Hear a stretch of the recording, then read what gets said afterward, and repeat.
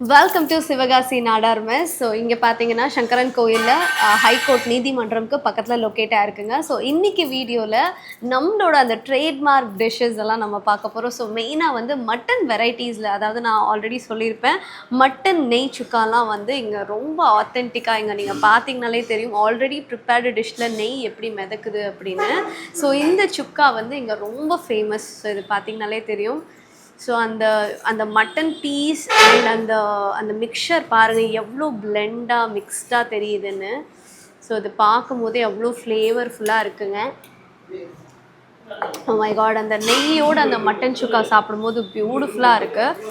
So இந்த plating என்ன இருக்குது அப்படின்னு பார்த்தீங்கன்னா, ஸோ பியூராக வந்து மட்டன் பிரியாணி அண்ட் இது கூட நான் காமிச்ச இந்த மட்டன் நெய் சுக்கா அண்ட் மட்டன் சுக்கா கூட இது பார்த்திங்கன்னா இன்னொரு டிஃப்ரெண்ட் ஃப்ளேவர். ஸோ நம்மக்கிட்ட வந்து சுக்காலேயே வந்து நிறைய வெரைட்டிஸ் இருக்குது.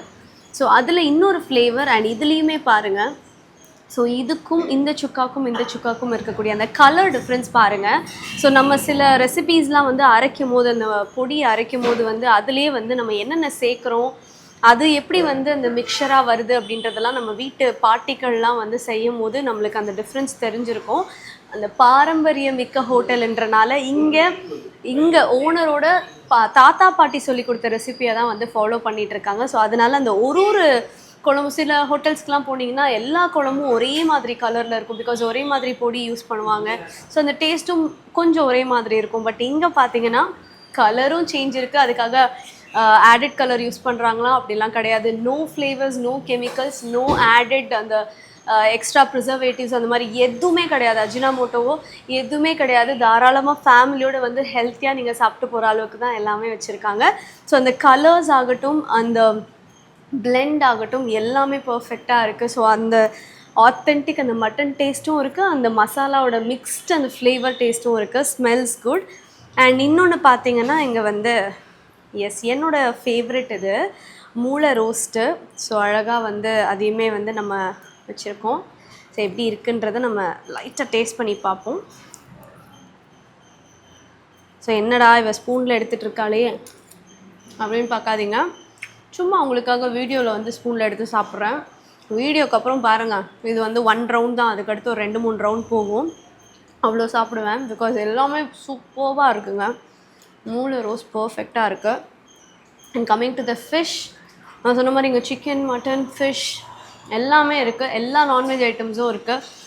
அது வந்து இங்கே இதுக்கு முன்னாடி ஒரு வீடியோவில் நான் காமிச்சிருப்பேன், ஒரு எக் ஆம்லேட் போட்டிருப்பாங்க டிஃப்ரெண்ட்டாக.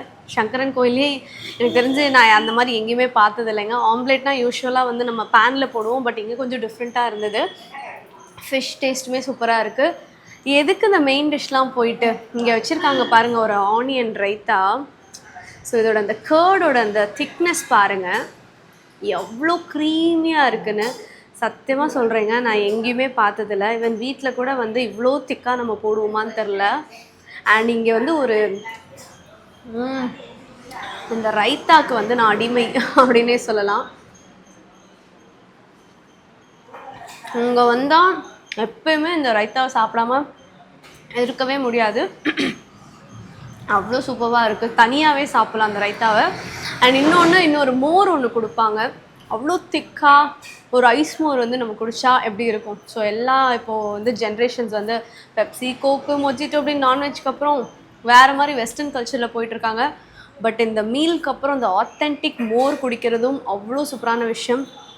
ஸோ இது எல்லாமே வந்து அவ்வளோ அந்த ஃப்ளேவர்ஸ் பிளெண்டடாக, ஆர்கானிக்காக, ஹெல்த்தியாக பண்ணி கொடுத்துட்ருக்காங்க.